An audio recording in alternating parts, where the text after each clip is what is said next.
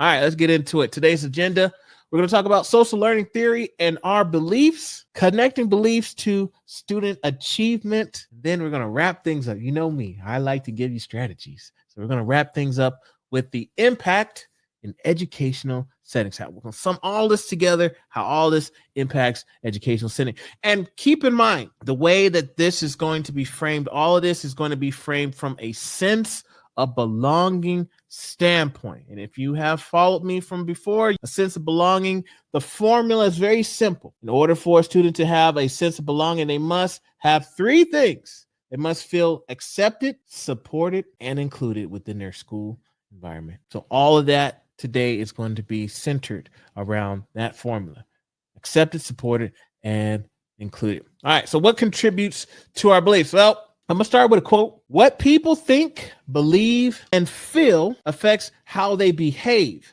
The natural and extrinsic effects of their actions, in turn, partly determine their thoughts, patterns, and effective reactions. That's why this is so important. What we believe affects how we behave. All right, now I'm going to give you a little bit of research, a little bit of background. You know how I do. I'm going to introduce you to this man. You may have heard of him before. Dr.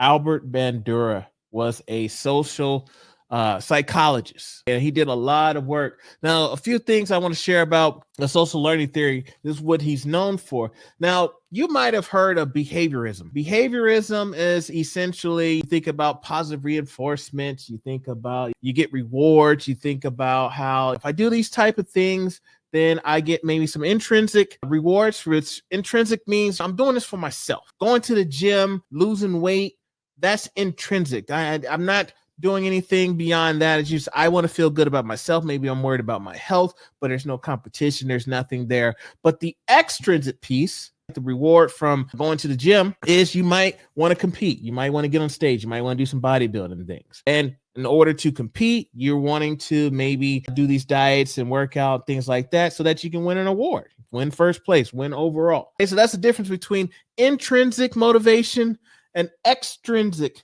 motivation. Now, Bandura felt like, all right, I believe in this, but I don't think that this is the only way people learn. He felt like, there's other things that might play a factor in regards to how we tend to learn things. So what he did was he did a series of studies called the Bobo doll experiments. Essentially, what he did was he had kids put them in a room with toys, and he would have adult actors come into those rooms and essentially just beat up the Bobo doll and mistreat the doll, maybe even scream and yell at the doll. And he did a lot of series of studies, and what he determined from that was people tend to learn based off of what they've seen. They see how someone behaves, and depending on the reaction that comes from that behavior, they might want to incorporate those behaviors themselves. And you got to follow me because I'm going to share why all of this makes so much sense from a sense of belonging standpoint. Now, essentially, we learn by example. Let me give you a classroom situation. Imagine you're in a classroom, or maybe your students are sitting in the classroom. Maybe you got first graders, second graders, third graders, and they're in your classroom, and they beginning of the school year, you've already given them the classroom protocols. This is what you do when you need to sharpen your pencil. You raise your hand and you go and do your thing. All right, sharpen your pencil, come back, blah, blah, blah. I remember when I taught second grade, what I used to do was I said, you throw up a number one finger, that meant that you needed to sharpen your pencil. You need to get up or throw something away. If you throw up a number two, that meant that you might actually have a question. So I could kind of tell, like, we had hand signals when I taught second grade. And so when a classmate sees one student do the correct, quote unquote, correct behavior in that class for what, oh, good job, Johnny. I'm so glad that you did what you're supposed to do. You put your pencil away, or you sharpen your pencil at the right time. Or, you know what? I see how you're treating Mary. You're so kind to Mary. You noticed that her shoe was untied, and you went down there and tied her shoe for her. Thank you for what you're doing. So what happens when the other classmates, all the peers in that classroom, start to see that there's certain behaviors that happen, and the teacher praises them for that behavior? Learning by example. Another way that we can maybe put this is think about riding a bike. Somehow you learned how to ride it. And often we have learned to ride bikes from watching other people ride bikes. In addition to maybe our parents or guardians or someone significant in our lives helped us out during that process. But there had to have been some sort of an example at that time in order for us to learn those steps. Let's go a little further, because with Bandura's work, there are 4 steps in the social learning theory. The first step is attention. The first thing is we have to pay attention to that behavior. It has to spark our interest. If I'm not interested in, I don't know, farming, maybe that's not my thing. I could care less about how to milk a cow, maybe. That's just that. I grew up in Houston. I'm a city guy. I could care less about how to milk a cow. That's not a behavior that I'm trying to pick up or a process that I'm trying to learn. There has to be some sort of attention. Because of that, it must be remembered. Now, if we are distracted in these times, then there can cause some delay in that process, or maybe the retention might go back to the attention piece. So the behavior must be remembered. Then there must be reproduction. So now the behavior sparks my attention. I like what I see, and I remember what I saw. And now I'm going to try to mimic it myself. And then finally, motivate it. And again, that could be in the form of some sort of reward. So again, if I see the behavior is praised, if I do something or I see somebody do something and they get a hand claps or they get a pat on the back, versus I see someone do a behavior and I see that it's not received well, maybe they get chastised, maybe they get yelled at. Oh, shoot, I probably shouldn't do that.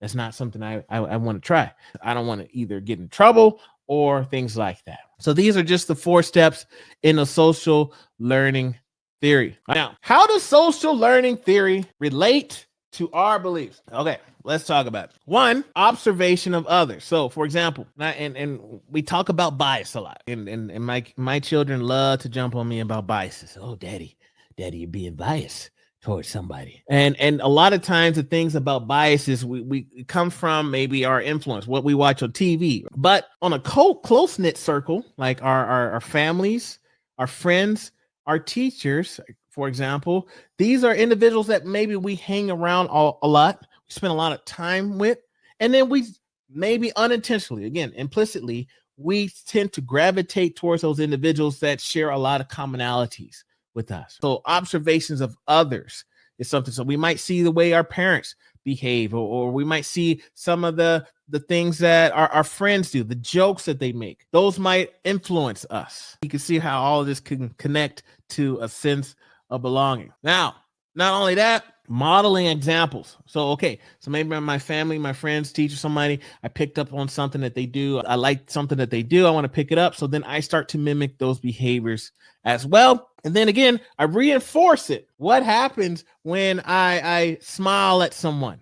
Or what happens when I say certain things to certain people? What type of response? Is it a reward or is it not a reward? Now, think about it from an advocacy standpoint. Let's take a really good advocacy example. Let's say I'm in school and I'm noticing that a certain group of students are being mistreated. Maybe they're immigrant students. Maybe they just come to America, or maybe English is not their first language. And so I'm doing my best to speak up or advocate for those students, but maybe I don't have the words to utilize. Maybe I don't know how to articulate myself as best as I would want to. Like, I know something needs to be done, but I'm not sure how to go about it. But then I have a mentor, or maybe I have a colleague who their personality is, it almost seems as if they could care less what the repercussions are. They're going to speak their mind. And I've witnessed them speak their mind, raise their hand or say something in the middle of a staff meeting, hey, the principal or Mr. such and such or Miss such and such, this is not right. We need to revisit this. And I watched that behavior of that colleague, and I watch how the response is given. Maybe their supervisor responds a certain way. Maybe the overall response from the room is a certain way. Now I had to consider, or I might consider, okay, is that the tactic that I want to take when it comes to this? I get a lot of principals, I get a lot of district folks, I get a lot of DEI, diversity, equity, inclusion individuals that reach out to me. They say, Sheldon, I want you to come to my school. I want you to come to my district. I want you to come here. I want you to come there. I want you to speak and do this training. And maybe the training's on asset-based pedagogy.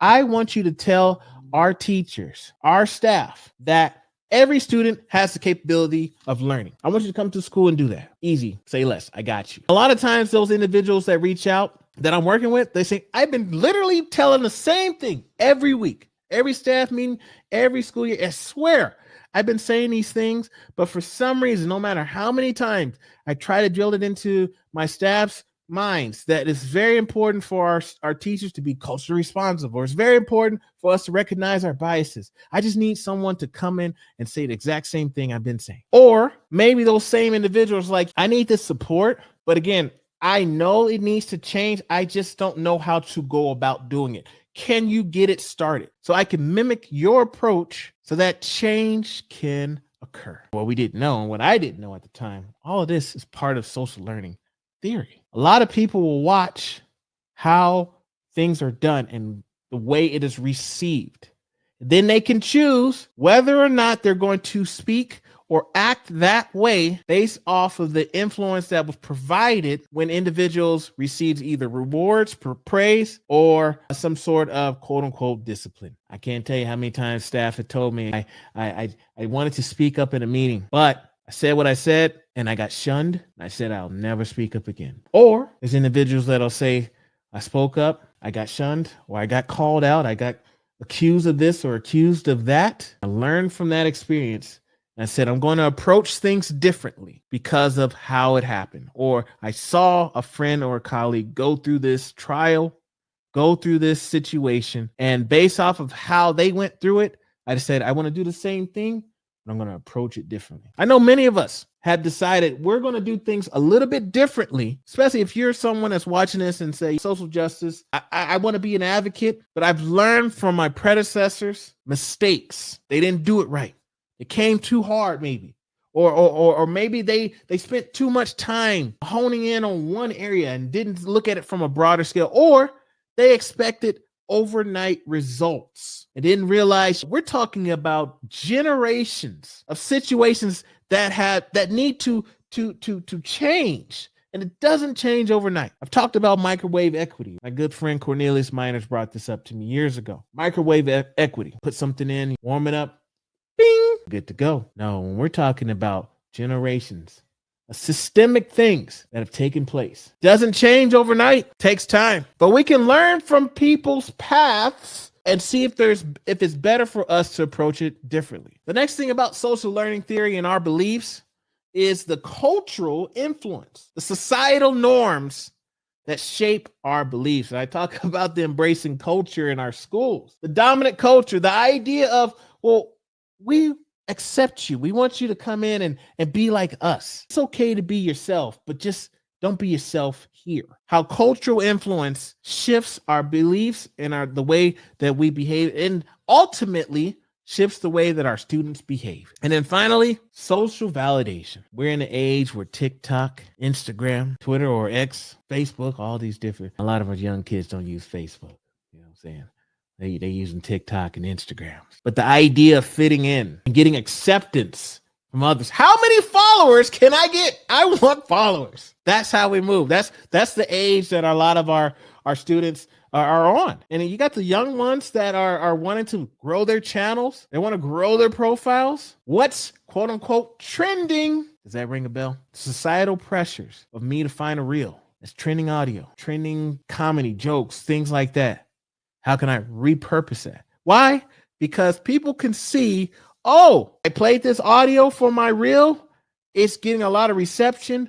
There's 1,000 other people that have used the same audio and it seems to be growing. And that is going to influence how I'm going to proceed on what kind of music or audio I'm going to utilize for my own reels, for my social media. Why? Because I want that social validation, because I want to grow my channel. I want to grow my profile. I'm a victim of that myself, raising my hand. When I do things on social media, I'm thinking about how is this going to be received? Or did I watch someone else post a certain way? Oh, look, they got a lot of likes on that. I should do the same thing. So it influences our students and it also influences us as adults. All right, I'm going to shift gears just for a moment. We're still talking about beliefs, but I'm shifting gears for just a moment. We're going to connect beliefs to student achievement.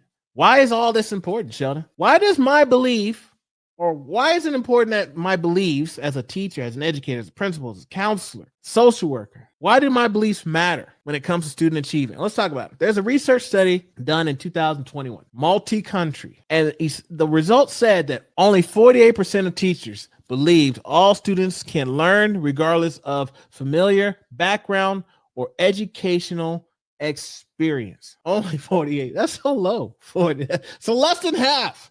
Less than half of teachers believed all students can learn. Now, if you know me, you know I used to do special ed. I was director of special ed education at a school, and I would confirm this, especially from our 504 IEP students. I had plenty of teachers that would ask me questions. Do you think these students can do this? Do you think your child, the student, I can't tell you how many teachers that I've spoken to. Do you think they're capable of making it to college? Can they be college graduates? So this number, 48%, I think that makes sense. And like I said, it's a multi-country study. All right, let's go a little further. Talking about the work of Dr. Katie Martin. It coincides with this idea of 48% of those that believed in their students. Because it affects the way we teach. If we, and I've talked about this before, we tend to teach the way that we learn or the way we were taught. So if I'm a teacher and I don't believe that my students, or I have a low expectation for my students, so my actions towards those students aren't going to be, maybe I put in a different type of effort. Okay. Maybe I'm not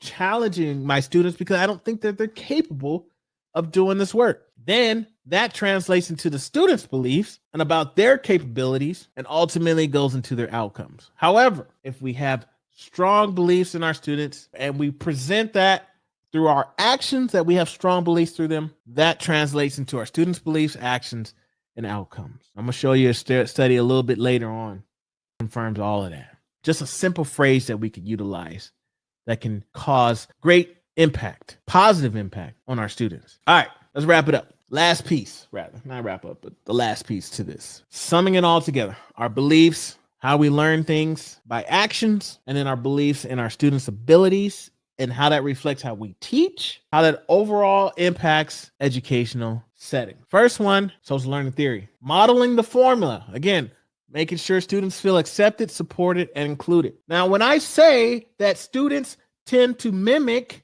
their teachers' actions, or they watch their peers and see, oh, this child was praised for this behavior. How does this relate to a sense of belonging? Well, let's just say we have students that are not part of the dominant culture, or maybe the student's behavior is a little different than the rest of the class. And that teacher takes the time to treat that student in a way that doesn't make them feel othered, that doesn't make them feel tokenized or excluded. A student is loved and embraced. And the students around his classmates, their classmates can see, oh, wait, the teacher is not mistreating the student.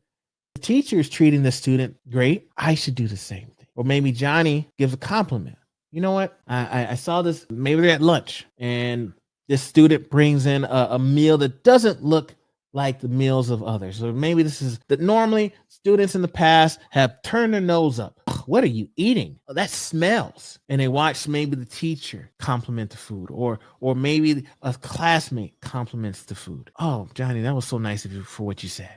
Or Johnny, thank you so much for treating that student that way. And the other kids can see that. Oh, maybe if I say nice things, or maybe the student isn't what I thought they were. Or maybe people like this individual aren't the way I thought that they were. Maybe my parents at home or Uncle Bob said that people like this are a certain way, but I'm realizing, no, actually they're not. Not only are they not that way, but I'm seeing everybody else is treating them fine. Maybe I should do the same. See how that works? This is how we can make a positive impact just by the behavior.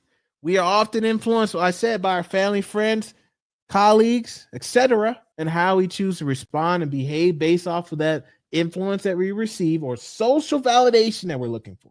Because guess what? Sometimes the classroom, staff room might feel a certain way, but you know what? It's flat out wrong. Is that social validation going to be so strong that we're not willing to go against the grain? Because, oh, I don't want to lose my clout. Everybody seems to be talking about those inner city kids, or everybody seems to be talking about the kids in that trailer park, that bad neighborhood. Everybody seems to have the same thoughts. Socially, I could participate in that conversation, be all good. Or is this an opportunity for me to go against the grain and say, it's the norm for us to talk like this and talk about these kids in this way. However, it's unacceptable. The next one, a simple phrase. Let me give you some more research on this. Yeager et al. Okay, Yeager and his colleagues back in 2014, they did a study. And it's a very simple study. Took Black kids that were receiving B's and C's. And what they did was they asked the students to write an essay. And once they did the essay, they turned it back in and they divided them into two groups randomly, the whole sample experiment. One group of students of Black kids in the seventh, and they were all in the seventh grade. So one group of kids, they received feedback that was very standard. A nice little note that said, I'm giving you these comments so that you will have feedback on your paper, on this essay that they did. Then there was another group of students that received a message that was different. It said, I'm giving you these comments because I have very high expectations and I know that you can reach them. See the difference? One group got, I'm giving you these comments so that you'll have feedback on your paper. The other group got, I'm giving you these comments because I have very high expectations and I know that you can reach them. If you can imagine, guess what happened? Probably guessed it. The kids that got the message that said, I'm giving you these comments because I have very high expectations, they did better than the students that got a standard message. A simple phrase. Now, with the study, the researchers said, we'll give you the option to revise your paper, your essay. The ones that got the high expectations comment, 64% of them revised it, versus only 27% of the Black students did not. From the regular feedback, did not. So you already got a difference. When the teachers required the students to revise, guess what happened? 88% of the students that received the high expectations message did better, while only 34% of the students that received the standard message did better. So the simple phrase, again, beliefs. We're talking about beliefs. A simple phrase. If you're not doing this already, just see. For kicks and giggles, write that on your paper. Now, here's why this is so important. As you might say, all right, cool, I get it.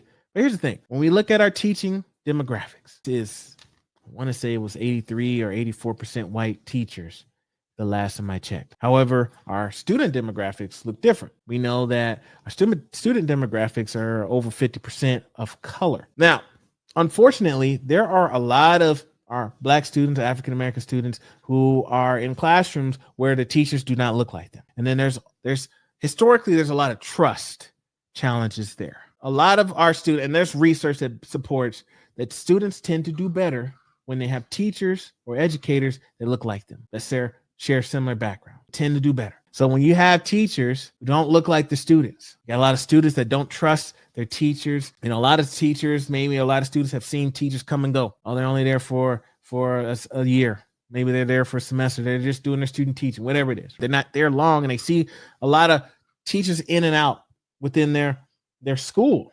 So they don't necessarily trust a lot of their educators. Oh, you you're just here for a paycheck, or you're just here because this test that you're giving me is just a test. I don't think you believe in me. Writing that comment, I have high expectations for you.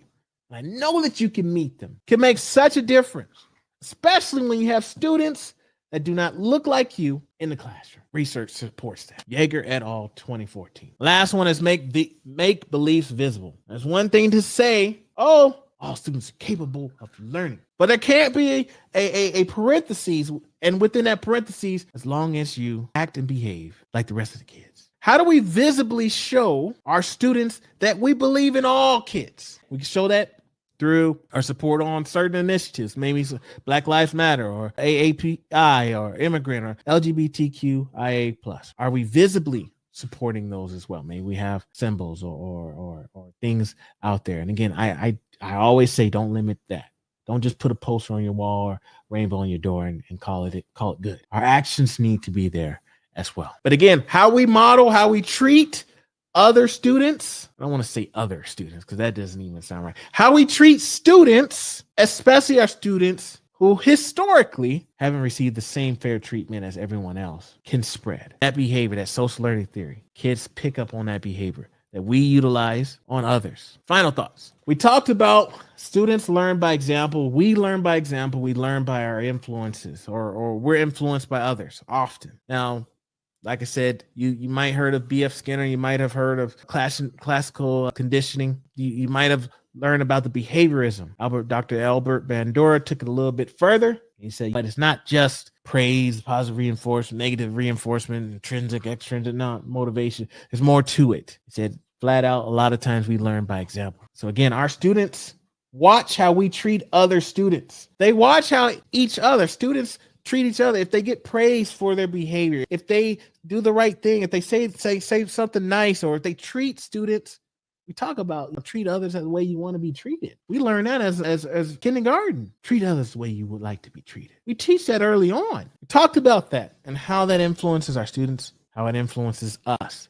So from an advocacy standpoint, if we are sitting there and we say, you know what, I want to speak up, but I watched how Mr. Jones spoke up last week, how it was received. Maybe there's a different path that I want to take. I want to still speak up, but I want to approach it differently. I see a lot of my colleagues working in diversity, equity, inclusion positions. They get to a place where their confidence gets low, because I see a lot of these positions, the folks last only 1 to 3 years. Or I see, unfortunately, I see a lot of people that want results overnight. Again, when we're talking about generations, we're talking about years of injustice or just straight up wrong. That change is not going to occur overnight. It takes time. At the end of the day, it's important for us to affirm beliefs, affirm identities, so that our students feel accepted, supported, and included.